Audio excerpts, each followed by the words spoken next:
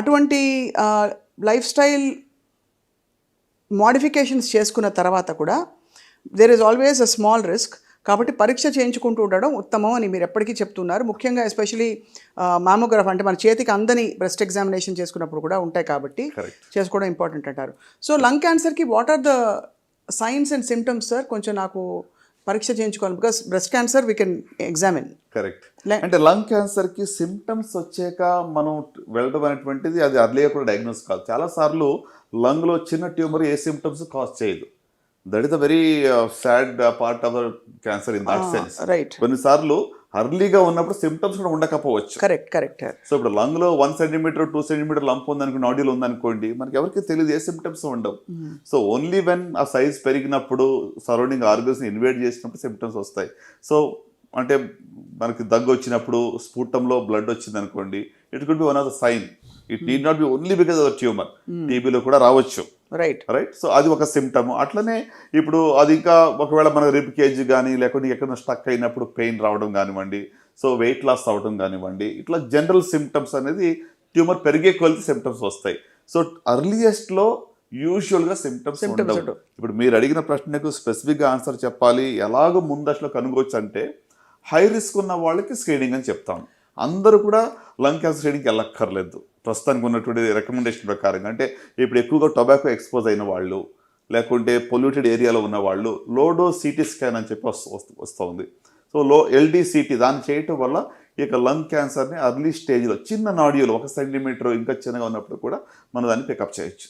Right sir. And similarly for oesophageal cancer also కదా sir? Oesophageal cancer కూడా యూజువల్గా చాలా అర్లీగా ఉన్నప్పుడు సిమ్టమ్స్ ఉండవు. కొంచెం అది పెరిగే కొలది ఏమవుతుందంటే మనకి మింగడానికి ఇబ్బంది అవుతుంది. సో సాలిడ్ ఫుడ్ తినడానికి కష్టం, లిక్విడ్స్ బాగానే తీసుకోగలుగుతాం. సో ఫుడ్ తినాలి అంటే నీళ్లు లేకుండా మింగలేకపోతున్నాము అనే సిమ్టమ్ వస్తే మాత్రం వెంటనే డాక్టర్ సంప్రదించాలి. ఎండోస్కోపీ ద్వారా దాన్ని తెలుసుకోవచ్చు. సో చాలా యూస్ఫుల్ ఇన్ఫర్మేషన్ సార్ ఇది.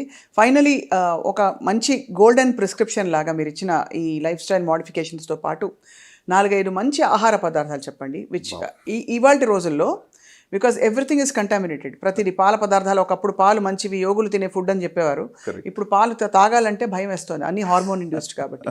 పళ్ళు అన్ని స్ప్రేలు వేస్తున్నారు, రకరకాల ఇది మసాలాల్లో కార్సినోజెనిక్ సబ్స్టెన్సెస్ బయటపడ్డాయని చెప్పి మనకి ఫుడ్ సేఫ్టీ అథారిటీ వాళ్ళు చెప్తున్నారు. సో మరి what is the best food to eat? Sure అండి. ఇప్పుడు మీరు అడిగి దాన్ని చూస్తుంటే you are what you eat. మనం ఏం తింటామో అలాగే మనం తయారవుతాము. సో ఇన్ దట్ వే మరి నేను ఫస్ట్ ఏం చెప్పాలనుకుంటున్నానంటే ఏమి తినకూడదు. I think that's important. Because ఇదే తినాలి, ఒక రూల్ బుక్ పెట్టుకుని ఫలానాదే తీసుకోండి అని చెప్పి రోజు ఒక రూల్స్తో మనం జీవించాలని జరగని పని అది. So what should not be taken అంటే చూస్తే మొట్టమొదటిగా ప్రాసెస్డ్ ఫుడ్, ప్రాసెస్డ్ మాంసం. అంటే సో దట్ ఈస్ సంథింగ్, దానిలో ఖచ్చితంగా అది క్యాన్సర్కి కారణం అవుతుందని ఆల్రెడీ ప్రూవ్ చేయబడింది. రెడ్ మీట్ మనందరికీ తెలుసు, ప్రోస్టేట్ క్యాన్సర్ కావచ్చు, లేకుంటే కోలాన్ క్యాన్సర్ కావచ్చు, రెడ్ మీట్ వల్ల వస్తుంది. సో అలాగనే మనం ఇంకా మరి ఫుడ్లో చూసినట్లయితే ఈ మధ్య మీరు మసాలా గురించి ఆల్రెడీ చెప్పారు, అడల్టరేటెడ్ అంటే కంటామినేటెడ్ ఇట్ ఇస్ బికమ్, అంటే ఎంతవరకు అంటే అది బ్యాన్ కూడా చేయబడింది చెప్పి కూడా మనం విన్నాం. ఇథిలీన్ ఆక్సైడ్ కదా సార్ దానిలో? ఇథిలీన్ ఆక్సైడ్ వల్ల, కరెక్ట్. సో ఇది మాత్రమే కాకుండా మరి రెడ్ మీట్, ప్రాసెస్డ్ మీట్ కావచ్చు. సో ఇవి కాకుండా మిగతా ఫుడ్ ఏది తినకూడదు మనం ఆలోచిస్తే ఐ థింక్ ఫ్రైడ్ ఫుడ్స్ ఎక్కువగా, అంటే మనకి రెడీమేడ్ ఫుడ్స్ ఏదైతే ఫ్రైడ్ విత్ ఆయిలీ ఫుడ్ తింటామో దానివల్ల కూడా డెఫినెట్గా క్యాన్సర్ రిస్క్ అనేది ఎక్కువగా ఉంటుంది. ఇది చాలా కీలక ఇన్ఫర్మేషన్ సార్. ఐ థింక్ వారానికి సగటున 2-3 సార్లు తినేస్తారు ఫ్రైడ్ ఫుడ్. అందరం తింటాం, ఎక్కడో అక్కడ బజ్జీలు, బోండాలు, రోడ్డు మీద. ఇప్పుడు ఇలాంటి వెదర్ ఉందంటే బయట ఖచ్చితంగా వేడి మిరపకాయ బజ్జీలు తినాలంటారు. బట్ ఇట్స్ నాట్ అడ్వైజబుల్ కదా సార్ ఫ్రాంక్లీ. అంటే మోతాదు ఇంపార్టెంట్ దేనికన్నా కూడా. అగైన్ నేను చెప్తాను, చాలా మోడరేషన్లో ఉండాలి. ఇప్పుడు కాల్చిన మాంసం, I think that is something మనం ప్రివెంట్ చేయాలి. డెలికసీ కదా సార్. అంటే చార్డ్ ఫుడ్ లో కార్సినోజెన్స్ ఉంటాయి. సో దాంట్లో పాలీ హైడ్రోకార్బన్స్, PCL అని చెప్పి, లేకుంటే అరోమాటిక్ అమైన్స్ అని చెప్పి, ఆ కెమికల్స్ వల్ల క్యాన్సర్ వచ్చే రిస్క్ ఉంటుంది. మనం బార్బెక్యూ అని మాట్లాడతాం. Yes, it is actually very very dangerous. So కాల్చిన మాంసం కూడా ఎంతవరకు అవాయిడ్ చేస్తే మంచిది. సో ఇప్పుడు మరలా స్పెసిఫిక్గా మనం ఏం తీసుకుంటే బాగుంటుంది మీరు అడిగిన ప్రశ్న సార్. ఈ కాల్చిన మాంసం ఒక 2 క్వశ్చన్స్. ఇక్కడ డెలికసీ కాబట్టి తందూరి చికెన్, తందూరి పన్నీర్ ఇవన్నీ కూడా కాల్చిన మాంసం కిందకి వస్తాయి కదా.